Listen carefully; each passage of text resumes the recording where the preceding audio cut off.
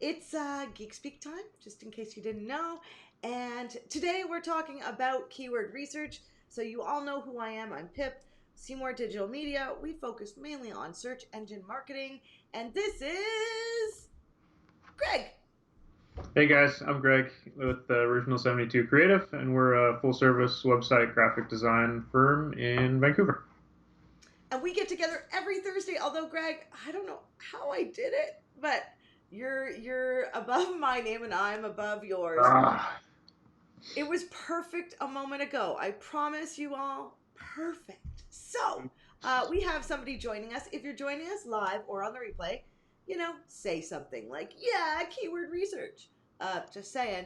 Today is going to be a really fun thing. So, if you wanted to know about one of the fundamental things that SEO people do, and sometimes even web developers, um, maybe even other marketers, it's keyword research.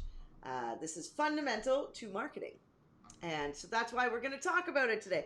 So if you do or have done keyword research, mention it in the comments, right, Greg? Right? absolutely. And we'll get right into it. I have a checklist actually, Greg, um, Okay. that I had from the course. So I've developed it's a downloadable checklist, and if anybody wants it, they can ask me for it, and I'll give it to them, and we'll see if anybody asks. But um, so Greg, why do we do keyword research?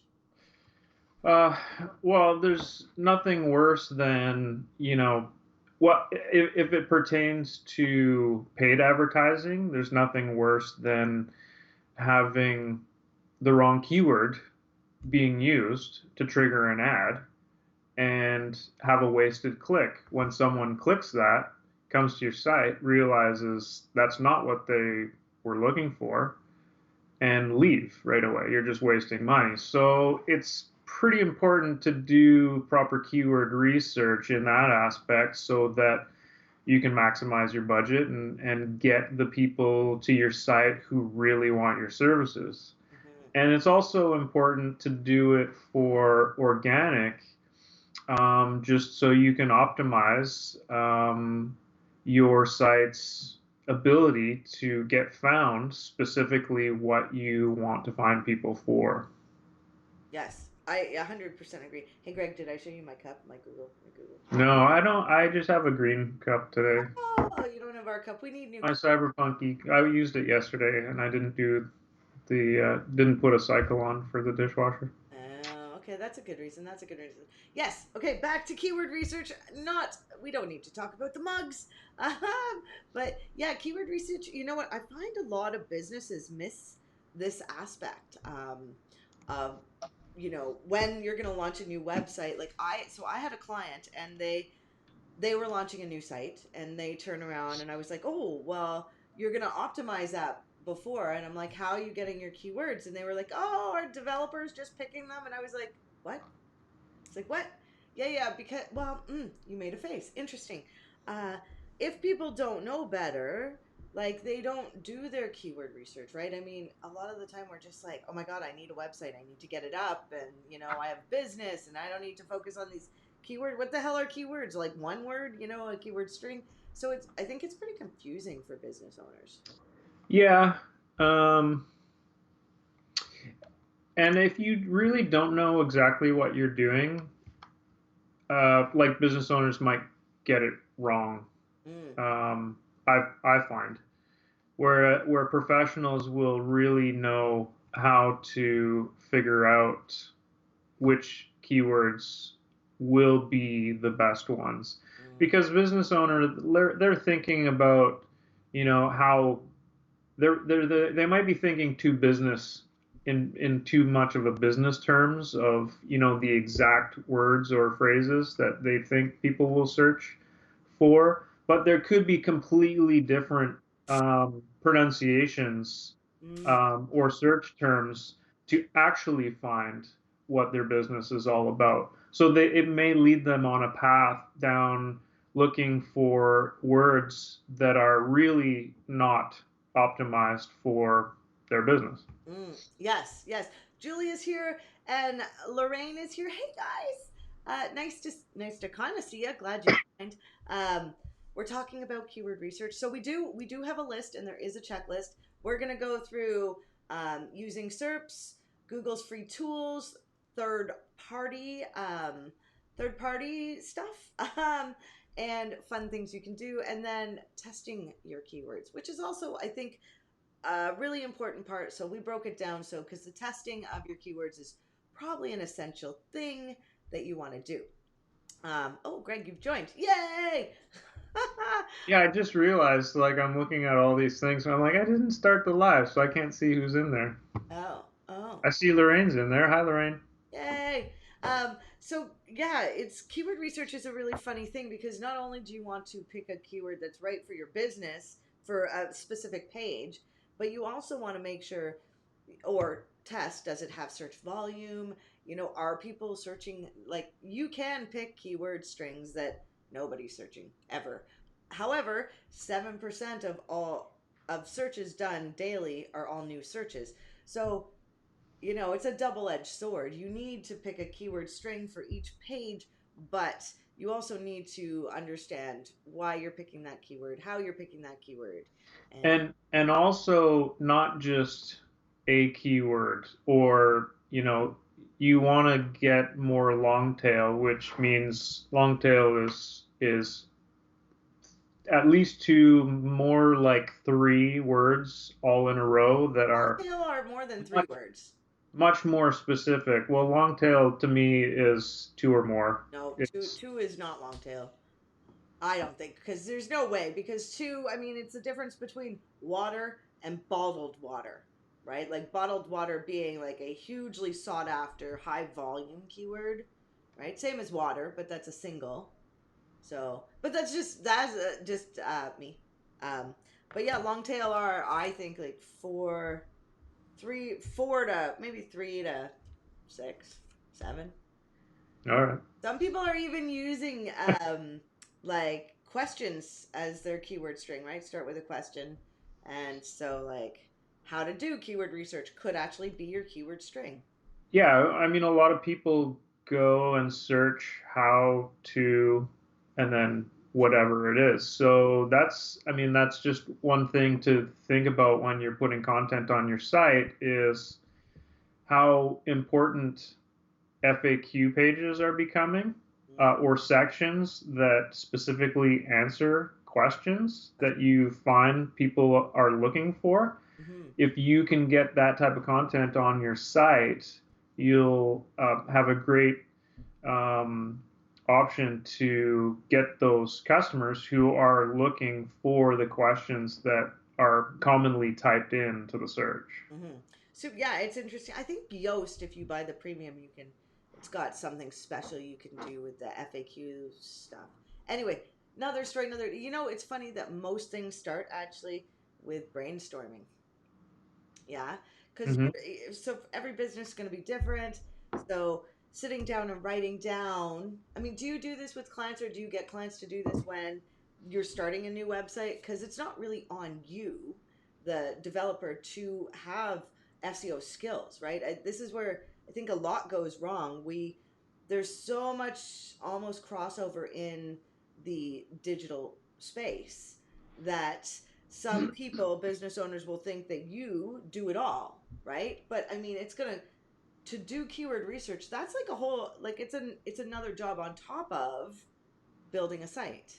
Yes, I will typically um, cost out anything relating to a website project that the customer is looking for. So if they want to have a site built, but also want to be working on search engine optimization and make sure everything is optimized, whether it be code related or content related, that'll all be part of a project that I would propose. So a lot of the times, I'll just build sites, and every site I build is as optimized for SEO as possible when it comes to the code.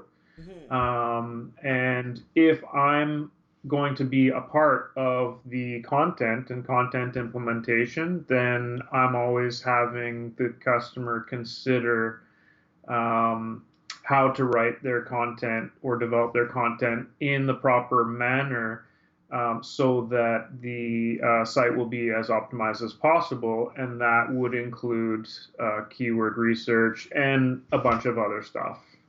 Okay. Yeah. So, because it does. So, I mean, part of SEO, it's a big part.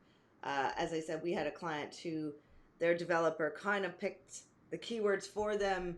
And I think the business owner should have, dug into that bit of research and Hmm. their own, because if you're using, and we'll get into these, if you're using some Google tools, you can actually see some of the keywords you might want to use for different web pages, which is really interesting. But our number one, I think, on the checklist was the brainstorming. I think that was a big one, right? You want your business is different and than anyone else's, and you're gonna know, and you just have to try to put yourself in your customer's shoes Hmm. about what they're going to search, right? Oh, Zach's here. Hey, Zach, nice to, glad you're here. Yeah, anytime anyone is considering a new page or any a content revision on their site, they need to be considering how people will find it. It's enough. I find a lot of customers, they're like, this is what I do. I'll just write about what I do. But you really need to consider um, how you say what you're what you do. Mhm. And a lot of customers I find don't go that far. They can, muster up the content of what they need to say about what they do, but a lot of the times they don't consider saying it the way they need to say it so that it is optimized. And that comes in with the keyword research and figuring out, how do people want to find what my product is or what I'm trying to say, and put a little bit of that time in to figure out, okay, how do I need to write this? Don't just write it, Mm. write it with the intent of Answering a question, right? answering a question. Or, Sure. so a good thing to do if you're in business is ask people, when they ask you questions, because we all get asked questions, write them down, because those are the questions that people are searching online as well. So that the brainstorming's a big one. The next one we have, which I don't, some people are starting to use, but I don't think a lot of people use, are the SERPs. SERPs stands for search engine results pages. So you guys know, right? The autocomplete, that autocompleter people also ask, or the bottom of the page where there's, you know um, people also searched for, those are all key words that you can grab and find, and they're pretty good. um, yeah. Yeah, I mean, Google's pulling off of what people are typing into search. So those alternatives are not just like based on nothing and like, hey, try this one too. Yeah. They're based off of, we know people who have searched this have also tried using these. So, consider those definitely when you are writing your content. Right. So I think those are my favorite right now too, because I mean you can go down a rabbit hole with keyword research, and it can be really fun. And because I mean you can see what other sites are doing. If you know how to look, you can see, what is your competition's keyword. So there's a lot with search engine results pages that you can do. Yeah, the other thing about using SERPs, I think, is because of the changes that Google has been making recently about how they read content on a page. They're not, as we did in a previous episode, they're not just looking at keywords anymore. They're looking at large chunks of content and actually determining what this page is all about, um, contextually. So you can, in the fact that you can search for something, those other suggestions are based off of more than just the actual text and what other people searched. It will also relate to, the type of search you're doing and contextually other options for that search. So that the one where we talked about that, guys, that was the Bert episode. So you could find that in the video section, which I'm going to organize at some point. Uh, and you were also wait, you just mentioned something else that was wicked.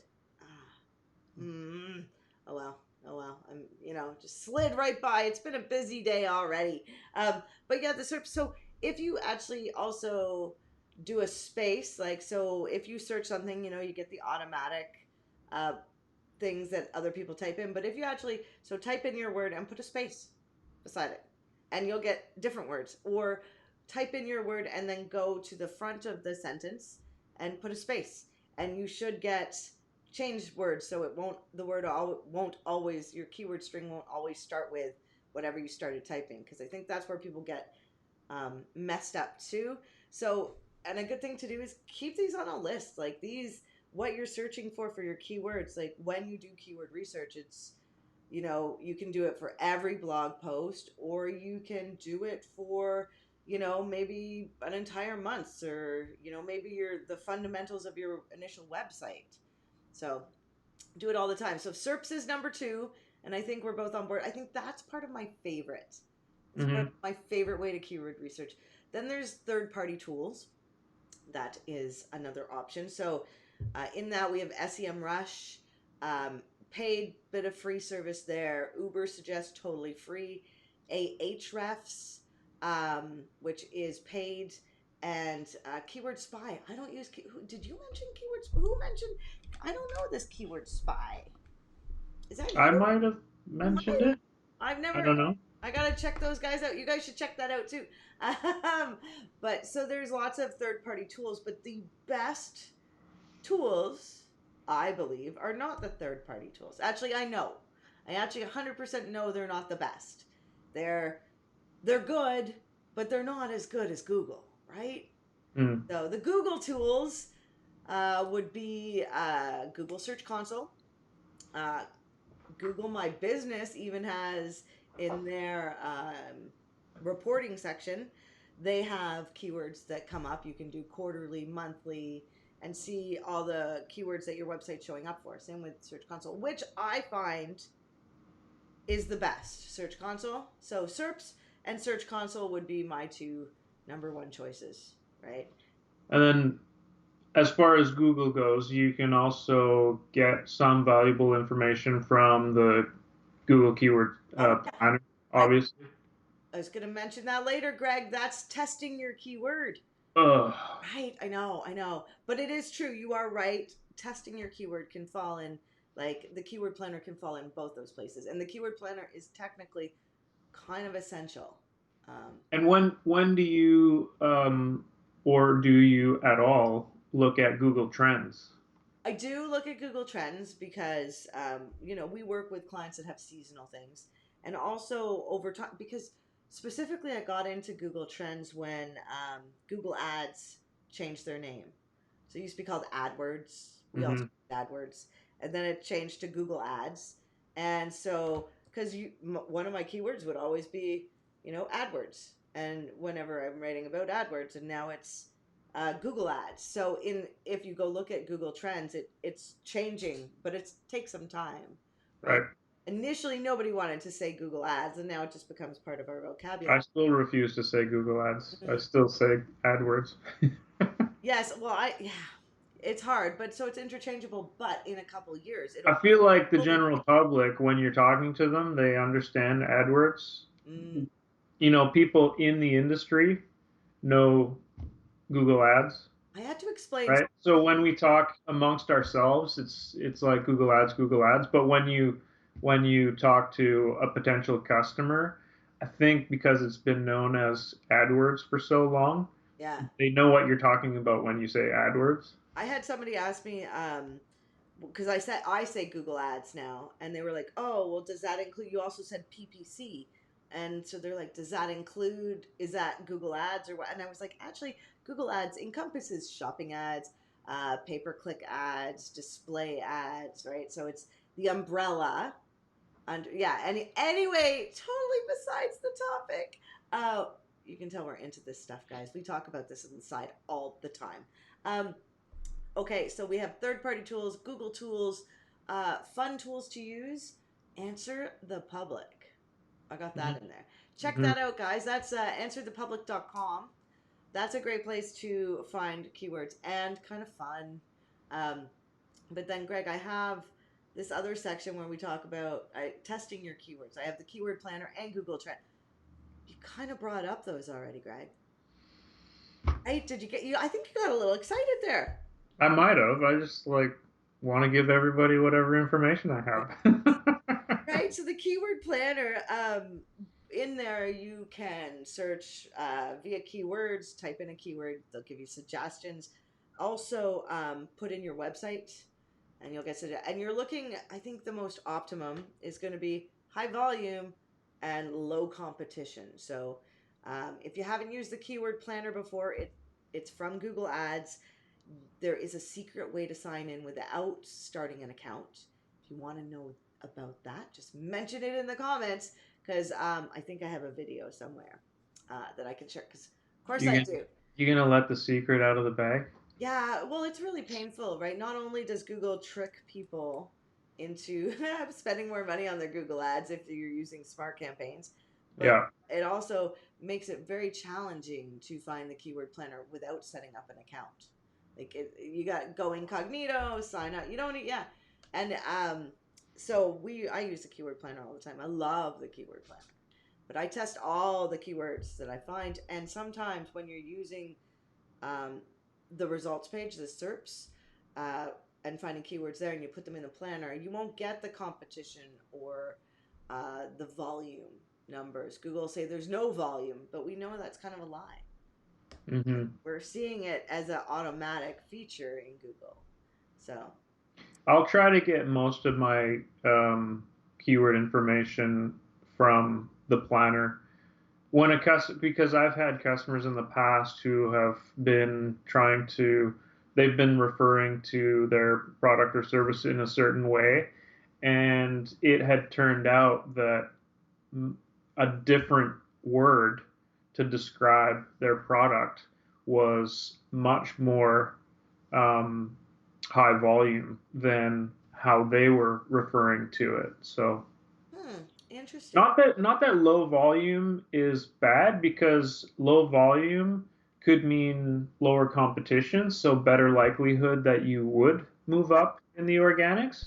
It is, However, yeah. if you're not using the other term, you're definitely not going to be found, you know, for that term possibly as well. So, Yeah, so it's a, I think so. Keyword research is a bit. It's definitely some knowledge behind you, even some technical knowledge maybe.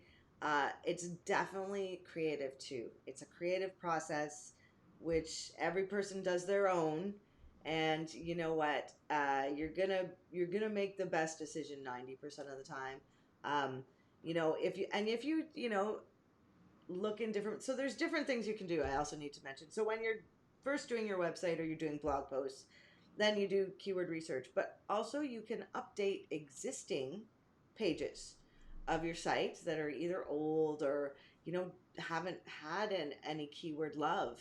um, and so yeah, and updating's similar process. You go in, find out what that your blog post or page is about, and then go research keywords. You could even research hashtags on Google or Instagram to maybe find keywords that might be relevant to your business, right? Like there's a lot of creativity involved in keyword research, but you definitely want to go over and test it in the keyword planner, because essentially Google stuff is the best stuff.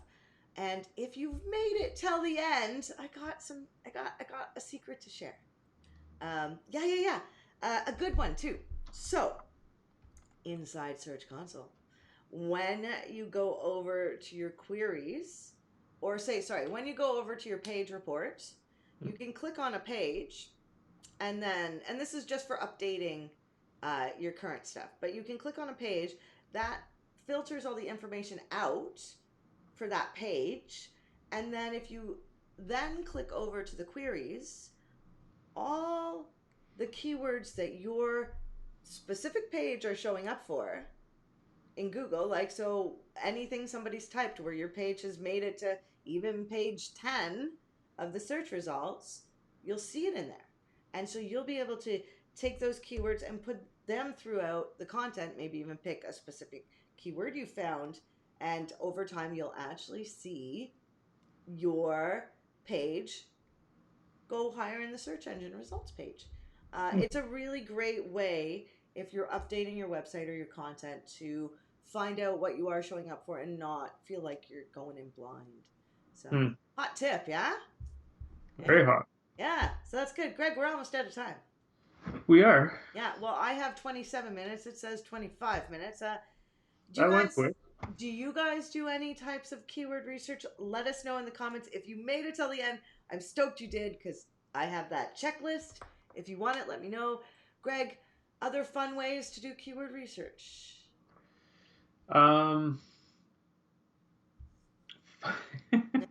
It is fun, Greg. Yeah, I know you stumped me with that fun. I was like, I'm not sure keyword research is fun to me, but I can dive right in and get lost in it, right? It's so interesting to see a featured snippet on Google and then go over to the page it's on and then right click and see their title and their meta and know that if you front end load your keyword into your title and meta that you'll know their keyword, right? Yeah, I think that I was gonna say after that something that is maybe a little bit more fun about keyword research is using the tools that will allow you to see what competitors are using for keywords, and there are some out there to give you that information, because then you kind of like, I mean, you're just looking at